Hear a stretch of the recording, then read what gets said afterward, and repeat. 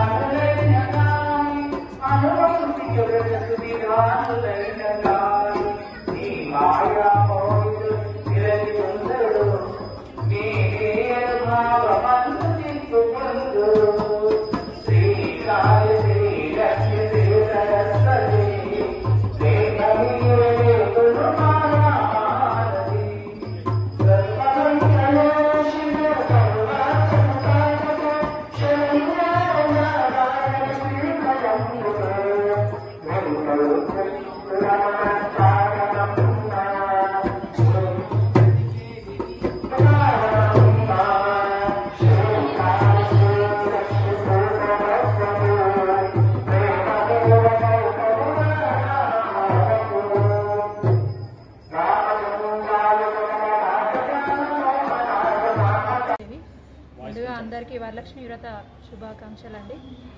మా పాఠశాల పేరు సరస్వతి విద్యా మందిర్. ఇక్కడ మేము సామూహికంగా గత 40 సంవత్సరాలుగా వరలక్ష్మి వ్రత కార్యక్రమాన్ని నిర్వహించుకుంటున్నామండి. ఇక్కడ గ్రామస్తులు, ముత్తైదువులు అందరూ ఇక్కడ పూజలో పాల్గొని వరలక్ష్మి వ్రతం నిర్వహిస్తారండి. వారితో పాటు మా అధ్యక్షుల వారి కుటుంబ సభ్యులు, కమిటీ సభ్యులు వారంతా పాల్గొని వరలక్ష్మి వ్రతం నిర్వహిస్తారు. అలాగే మా పాఠశాలలో పనిచేస్తున్న మాతాజీలు అందరూ సామూహికంగా వరలక్ష్మి వ్రతం ఇక్కడే నిర్వహించుకుంటారండి. దాంతోపాటు పెళ్ళైన వాళ్ళు వరలక్ష్మి వ్రతం నిర్వహించుకుంటే సౌభాగ్యంతో పాటు వారి సంతానానికి మంచి అనుగ్రహం, అలాగే పెళ్లి కాని పిల్లలు వరలక్ష్మి వ్రతంలో పాల్గొంటే వారికి మంచి భర్తతో పాటు మంచి సుసంతానం కలుగుతుందని నమ్మకంతో ఈ వరలక్ష్మి వ్రతాన్ని నిర్వహిస్తామండి. ఈ పూజలో పాల్గొని అందరూ అమ్మవారి కృపకు పాత్రులవుతారండి. దాన్ని పౌర్ణమికి ముందు వచ్చే శుక్రవారం నిర్వహించుకుంటామండి. మొదటి శుక్రవారం రోజు ఈ దేవిని పూజిస్తే అష్టైశ్వర్యాలతో పాటు సంపద, భూమి, శిక్షణ, ప్రేమ, కీర్తి, శాంతి, సంతోషం, శక్తి లభిస్తాయని నమ్మకం.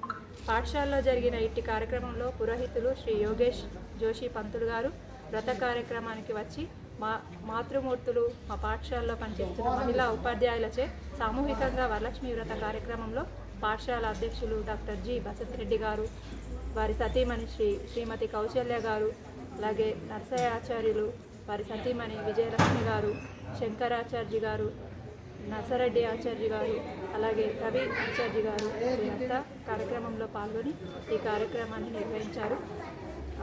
ఇక్కడ పాఠశాలలో చదువుతున్న విద్యార్థులు, వారి యొక్క తల్లిదండ్రులు అందరూ ఈ కార్యక్రమంలో పాల్గొన్నారండి.